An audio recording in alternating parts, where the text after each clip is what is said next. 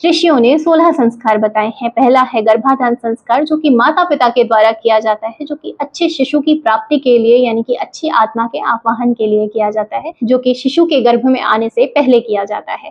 दूसरा होता है पुंसवन संस्कार, जो कि शिशु के गर्भ में आ जाने के 2 से 3 महीने के बीच में किया जाता है। तीसरा होता है सीमंतोन्नयन संस्कार, जो कि गर्भ मास के 4थे और 8वें महीने में किया जाता है। आजकल हम वेस्टर्न को अपना रहे हैं तो बेबी शावर करते हैं, पर हमारे धर्म में सीमंतोन्नयन संस्कार किया जाता है। चौथा होता है जातकर्म संस्कार। इस संस्कार को शिशु के जन्म के तुरंत बाद किया जाता है। पांचवा होता है नामकरण संस्कार। इस संस्कार को शिशु के जन्म से 11वें दिन किया जाता है। छठा होता है निष्क्रमण संस्कार। निष्क्रमण संस्कार में बच्चे को पहली बार बाहर भ्रमण कराया जाता है, साथ में विधि पूर्वक मंत्रों द्वारा सूर्य दर्शन और रात्रि में चंद्र दर्शन कराया जाता है। सातवां होता है अन्नप्राशन संस्कार। इस संस्कार को बच्चे के 6 महीने के हो जाने के बाद किया जाता है, जिसमें कि हम अन्न बच्चे को ग्रहण करना प्रारंभ कराते हैं।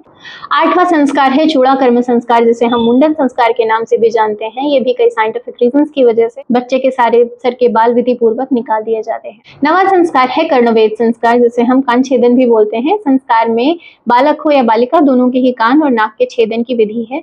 इस संस्कार को बच्चे के 3 साल या 5 साल होने के बाद किया जाता है। 10वां संस्कार होता है उपनयन संस्कार, अर्थात जब बच्चा पढ़ने के लिए तैयार हो जाता है, यानी कि उसके अक्षर ज्ञान की शुरुआत करी जाती है, तो यह उपनयन संस्कार से किया जाता है, जिसमें यज्ञोपवीत विधि पूर्वक पहनाया जाता है। 11वां संस्कार होता है वेदारंभ संस्कार। गुरुकुलों में यह संस्कार उपनयन संस्कार के साथ ही किया जाता है।